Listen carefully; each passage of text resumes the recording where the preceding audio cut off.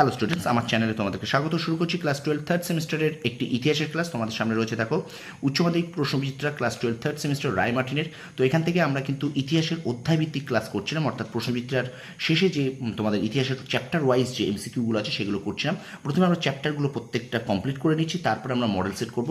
খুব দ্রুত শেষ করার চেষ্টা করছি, তবে ছোটো ছোটোভাবে আমি ক্লাসগুলো দিচ্ছি যাতে তোমাদের পড়তে সুবিধা হয়, তোমাদের কিন্তু মুখস্থ করতে সুবিধা। আরেকটা কথা বারবার বলবো, তোমরা এই এমসিকিউ তোমরা কিন্তু যদি রিভিশন না দাও তাহলে কিন্তু ভুলে যাবে।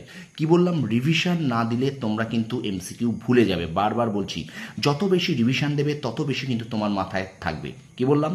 এই এমসিকিউ করা মানে কিন্তু আমি আজকে একটা পড়লাম, একটা অধ্যায় পড়লাম, আবার আমি 10 দিন পরে পড়লে হবে না। তুমি একদিন একটা এমসিকিউ পড়লে 50টা 60টা প্রশ্ন পড়লে সেটাকে আবার 2 দিন পরে রিভিশন দাও, আবার 2 দিন পরে রিভিশন দাও।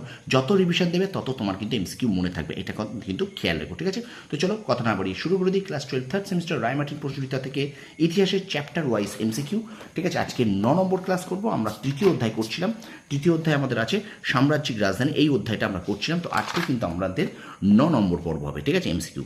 তো অবশ্যই কিন্তু প্রত্যেকে প্রথম থেকে শেষ পর্যন্ত ভিডিওটা দেখবে, ঠিক আছে? চলো শুরু করি ক্লাস 12 থার্ড সেমিস্টার ইতিহাসের অধ্যায়ভিত্তিক এমসিকিউ রায় মার্টিন থেকে এমসিকিউ পর্ব 9। দেখো, বিজয়নগরের অর্থনীতি ছিল কৃষি নির্ভর। পরে প্রশ্ন, চীনা দোভাষী মা হুয়ান কার আমলে বাংলায় আসেন? গিয়াস উদ্দিন আজম শাহের।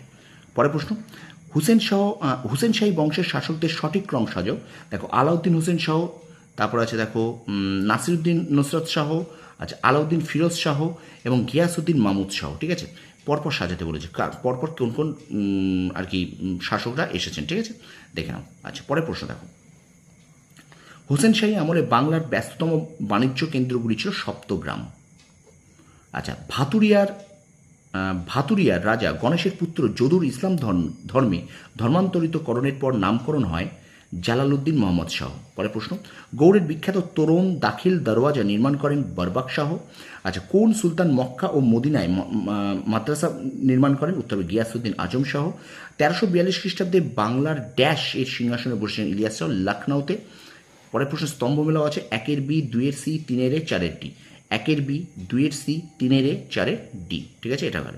আচ্ছা, পরের প্রশ্ন দেখো, আরেকটা স্তম্ভ মেলা হচ্ছে 1-এর ডি, 2-এর সি, 3-এর এ, 4-এর বি। 1-এর ডি, 2-এর সি, 3-এর এ, 4-এর বি। দেখো, আমি স্তম্ভ মেলাগুলো কিন্তু তোমাদেরকে পড়ে দিচ্ছি, তোমরা এগুলোকে একটু অবশ্যই দেখে এই উত্তরগুলো দেখে নেবে, ঠিক আছে? আচ্ছা, পরের প্রশ্ন ক্রমানুসারে সাজাও।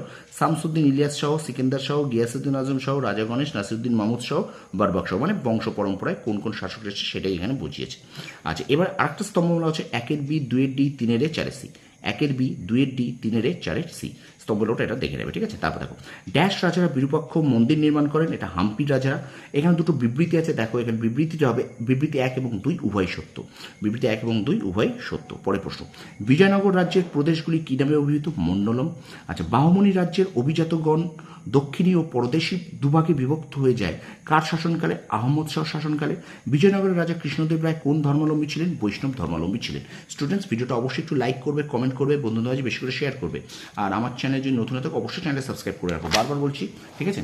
আর অবশ্যই একটু শেয়ার করো। দেখো, এবার দেখো 4টে বিবৃতি আছে। 4টে বিবৃতি এখানে কী হবে? সত্য মিথ্যা বলেছে। 1 সত্য, 2 সত্য, 3 সত্য, 4 মিথ্যা। অর্থাৎ প্রথম 3টে সত্য, 4টা মিথ্যা, ঠিক আছে?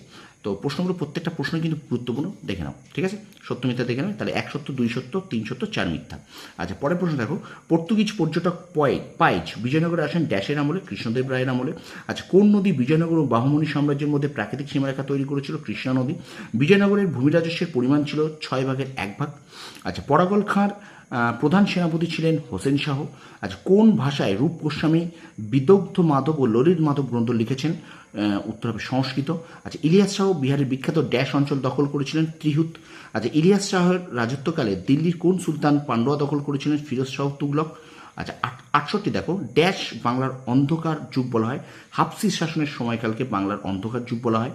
আচ্ছা, এখানে আরেকটা দেখো তোমাদের সত্য মিথ্যা রয়েছে। এখানে বিবৃতি 1 এবং 2 উভয় সত্য, এটা দেখে নেবে। তো এই যে বিবৃতি 1 আর বিবৃতি 2 কী আছে? এখানে বলছে বিবৃতি 1 এবং বিবৃতি 2 উভয় সত্য, ঠিক আছে? এবং আজকের ক্লাসের শেষ প্রশ্ন, এখানে আরেকটা বিবৃতি কারণ আছে। এখানে বিবৃতি কারণ হবে দেখো এ ও আর উভয় সঠিক, আর এ সঠিক ব্যাখ্যা, ঠিক আছে?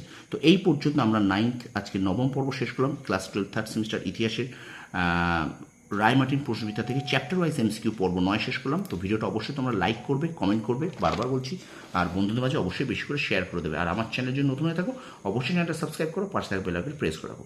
তোমরা সফল হও, তোমাদের সাফল্য কামনা করি। ধন্যবাদ।